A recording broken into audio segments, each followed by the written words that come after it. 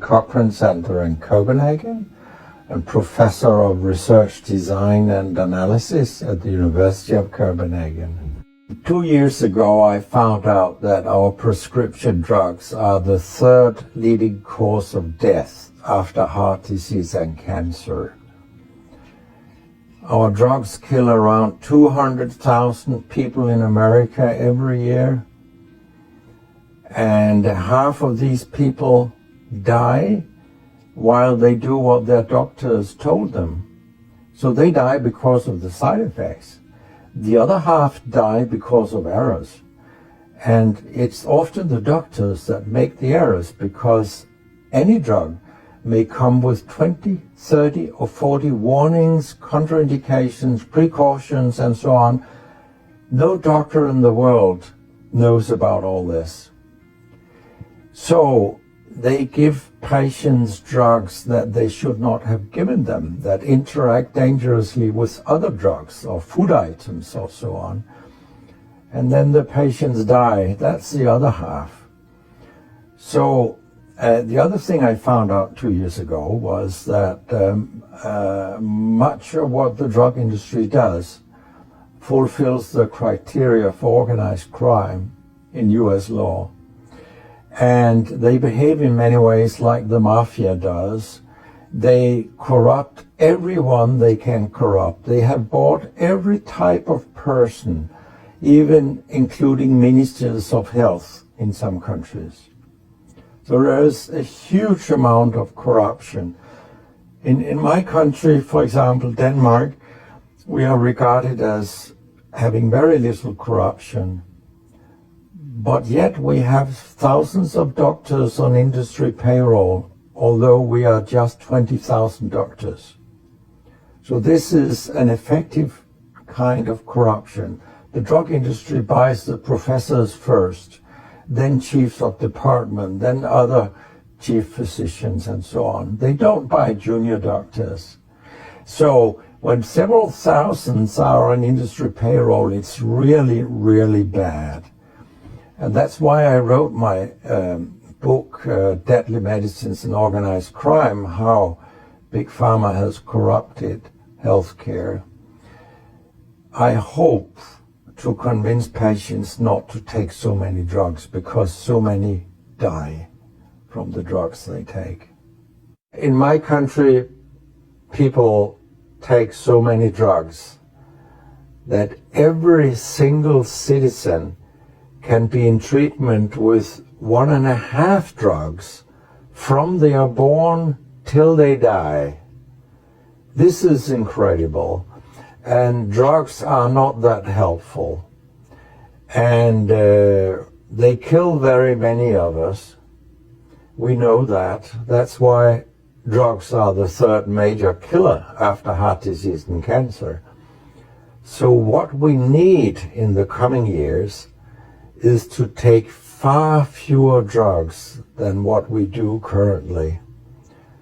If we did that and we were careful, then we could live longer and live better lives.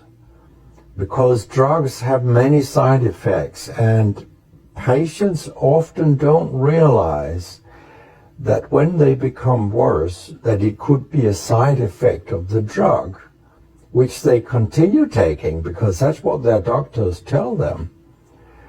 So when I was a specialist in internal medicine, what I very often did was that I stopped a lot of drugs, particularly in elderly people, and it's quite revealing to see a bedridden elderly person come into your ward. And when you stop the drugs, I mean, that person becomes many years younger. And many of these drugs affect the brain.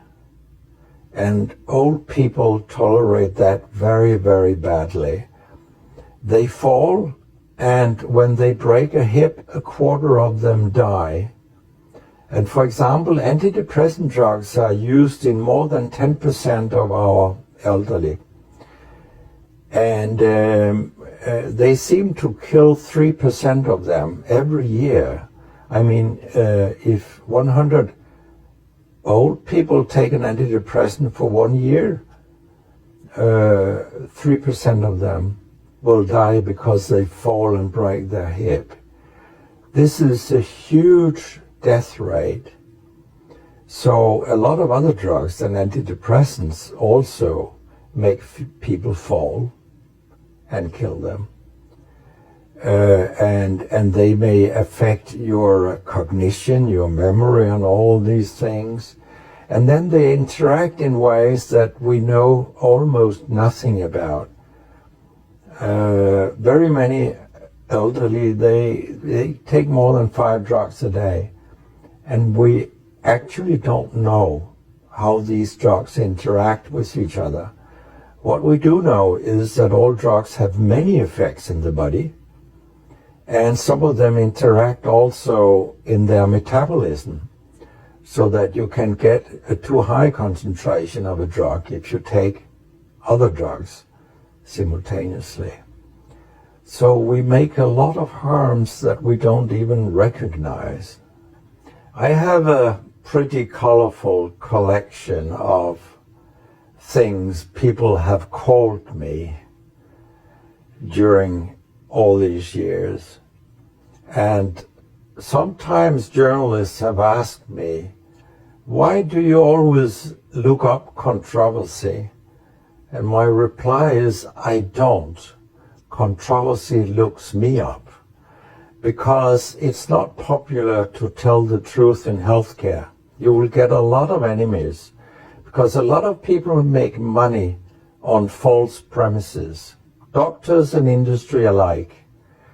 And our drug regulators and our politicians, they are on board on this wagon. So very few people are independent of money in healthcare. And of course I have attacked a lot of holy cows during my career, and people have screamed loudly. In a French journal I was called a statistical masturbist, because I showed with statistics that mammography screening didn't work and things like that. And I was even accused of scientific misconduct by the Association of the Danish Pharmaceutical Industry, which was completely ludicrous. It was harassment from beginning to end. They came with vague arguments that we cannot recognize the conclusions in your study. And they could have come up with numbers and said, these numbers are wrong. They didn't do anything. It was only harassment. It lasted 18 months, I think, the whole thing. And then when we were acquitted, I made sure that this nasty behavior was described in the British Medical Journal. So after that, they haven't come so much after me, the Danish drug industry. And when my book about organized crime came out, they just lied about it, as they always do. That my examples were old, they went back 90 years and so on. But, you know, where I demonstrate that what the 10 biggest companies do is organized crime. These examples, they were from within the last 10 to 15 years. That's not old examples. And the crimes have increased, because when crime pays, you'll have more crime. That's how capitalism works.